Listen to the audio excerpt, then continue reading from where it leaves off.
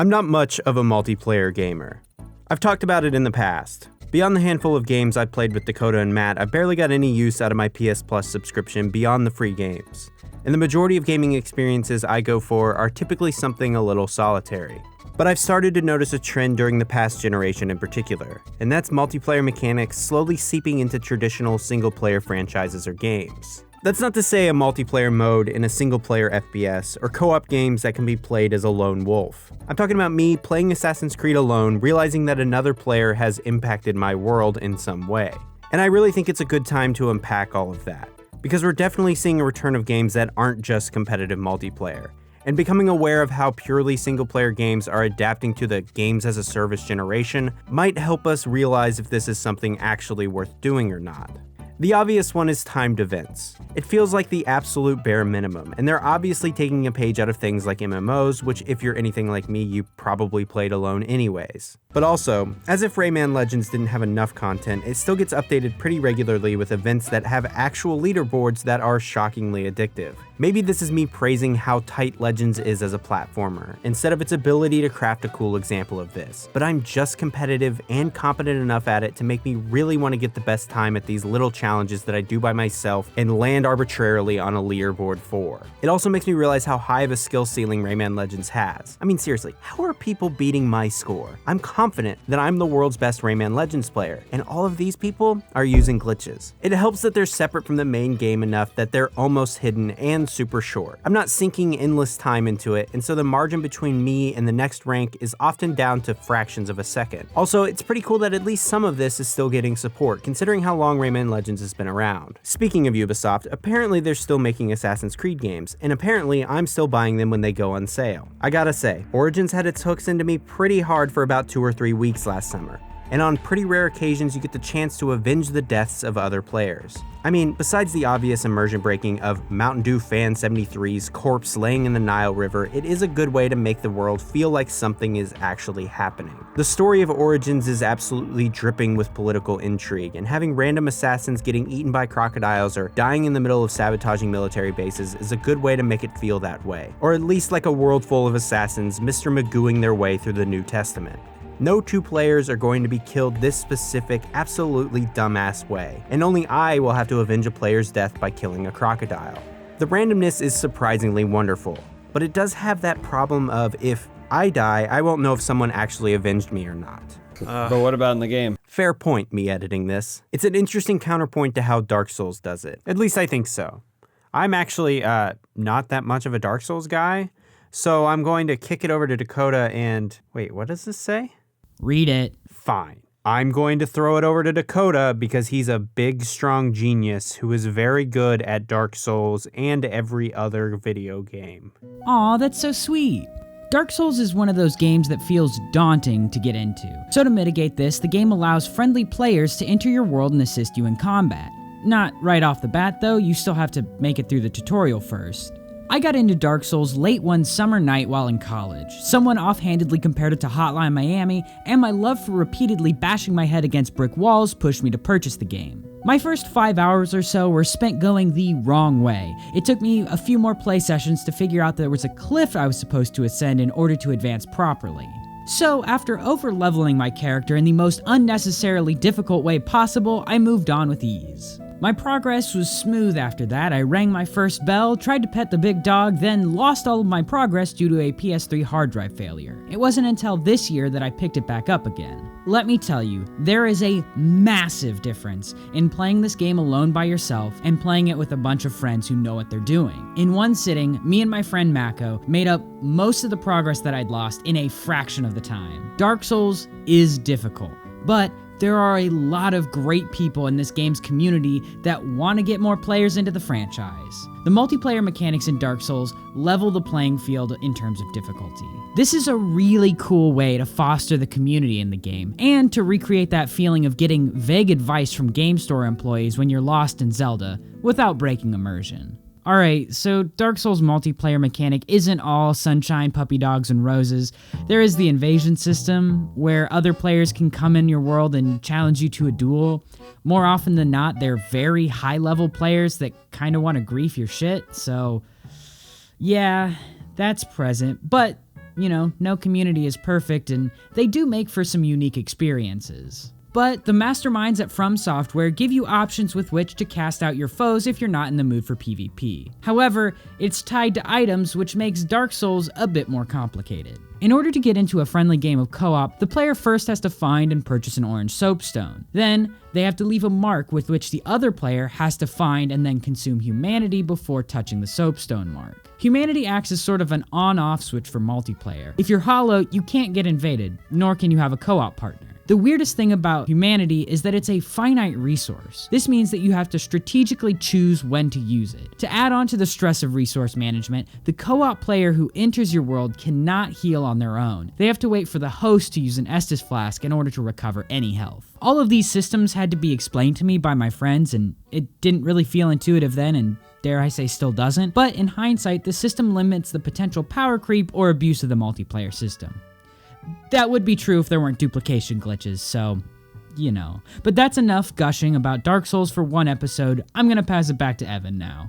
While it's a little bit of a stretch to call it multiplayer, the Miiverse collectibles found on a lot of Wii U exclusives are pretty annoying. While I'm about as likely to use the Tingle Tuner as I am to use a bottle in both versions of Wind Waker, there's something about the latter that feels like a reminder that Nintendo was a bit off their game when they decided to put a U at the end of Wii. And while that's pretty minor, the stamps in Twilight Princess and 3D World are so much worse. Both require you to do a little work, and have connections to that extra bit of completionist challenge, and to have them be completely useless makes them a chore at best and the video game equivalent to a whammy prize at worst.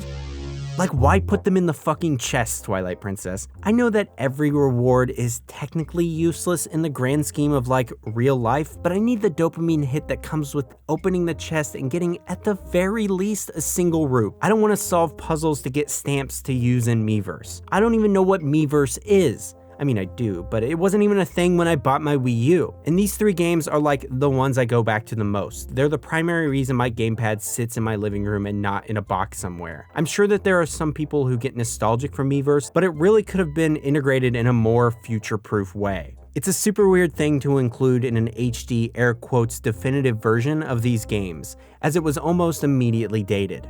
Also, don't think you're off the hook, 3D World, because you changed it for your Switch port. Being used as stamps in photo mode isn't any better, and that's coming from the world's biggest fan of photo modes. If I wanted to get a tad philosophical for a bit, there's almost always been a bit of a multiplayer dynamic to Nintendo. Hell, the brothers in Super Mario Bros. Almost seems to imply that whenever you play a round of Mario, you're joining in with a family of tightly knit Italian small business owners. And playing Pokemon always has that element of you missing certain collectible creatures that you have to unlock by trading and making friends. Unless you're like my older brother who talked our parents into buying me, his little brother who couldn't read, a copy of Blue Version to trade with. Gotta respect that hustle. Regardless, while Pokemon hasn't adapted extremely well to a lot of things, it has at least somewhat tried to capture that feeling in a game to an extent. Random battles and trades have been around for a bit, but even the wild area and Sword and Shield, the thing everyone seems to like in a game that nobody seems to like except me, pushes that needle much closer to being multiplayer. And while it isn't to the level of the MMO Pokemon alternatives like Temtem, it's at least a nice step in the right direction without being invasive.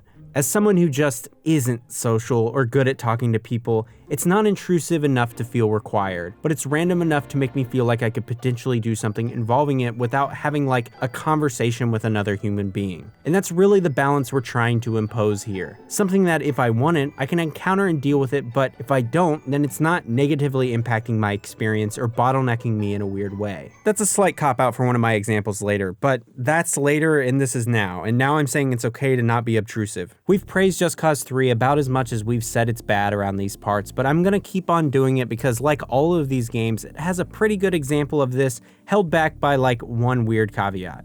Just Cause 3 is an always online game that is in a constant state of asking me to sign in all the time. It also has really long load times that I believe are the result of that because I just don't think it's getting hung up on these pretty alright graphics. But it's also measuring your progress in some of the most fascinatingly minuscule ways, placing you on leaderboards between you and your friends and reminding you when even strangers outdo your records when you log on. That's not necessarily unique to Just Cause by any means, but it's incorporated in a game that I already know I somewhat enjoy. And while I don't necessarily think it's worth all the trouble it causes, it's definitely enough to keep me playing. Like, it keeps track of some weird stuff. How many people killed from the air, how many explosions within 10 seconds of a first explosion, how far you've kicked some people, and a load of other stuff that's gonna make it really hard to get footage later. And like, it makes me genuinely competitive. How did the law over at Cold North Productions manage to float that high in a single parachute opening? I'm thinking he cheated, or he's just way better at this game than I am. But I'll be damned if I'm not gonna keep trying way too much to beat him. And I'll be damned if he probably has no idea that I feel that way because it's such impressively passive competition. It's solely designed to keep me playing instead of pitting us against each other in any real strict competition, if that makes sense. It also taught me the mechanics pretty well. I was kind of confused on how people were managing to wingsuit for so long, but by seeing other players' high numbers, I saw an opportunity and learned how to grapple mid-flight, basically blowing open Just Cause's impressive toolkit of maneuverability. The newer Hitman games have a similar scoring system as well, that feel like an extension of the old contracts and forum posts from previous titles, that once again have weird, always online ironic curses to them. It feels like a remnant of IO's time under Square Enix, which makes it less than a coincidence that Just Cause 3 was published under them as well. But it also feels like a great way for them to maintain the sort of episodic release schedule they implemented with the first of the Hitman reboots,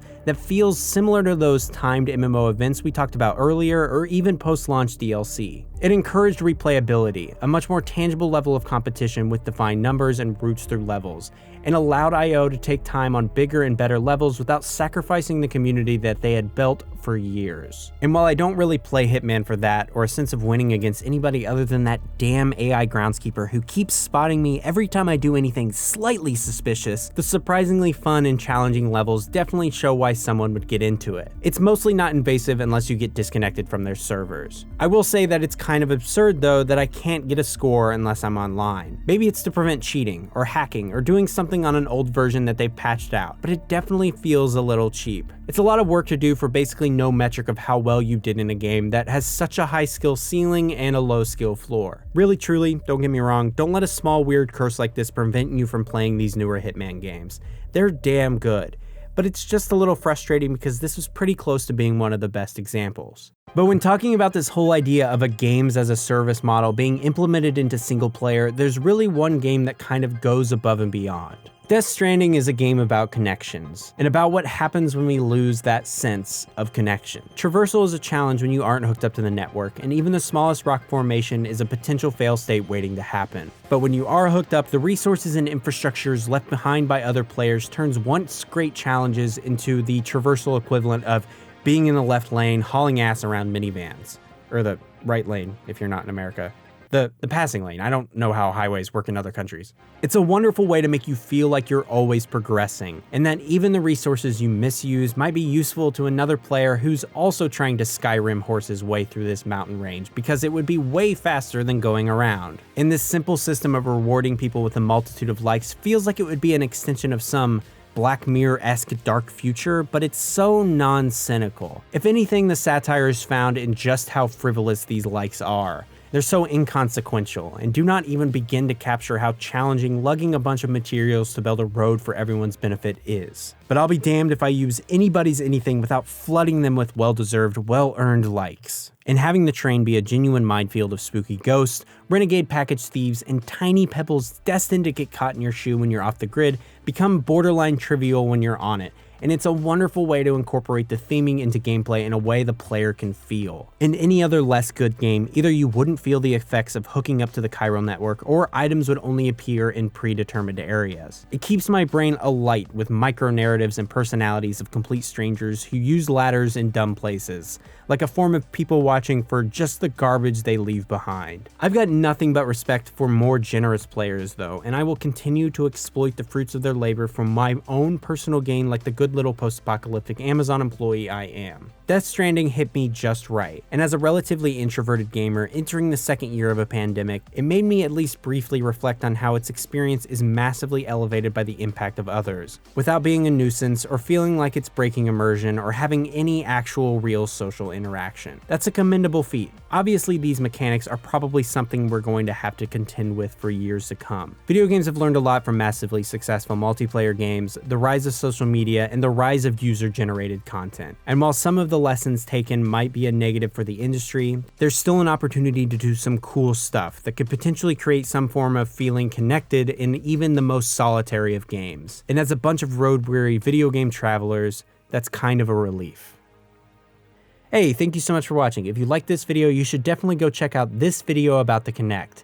It's not really similar, but I definitely think you might like it.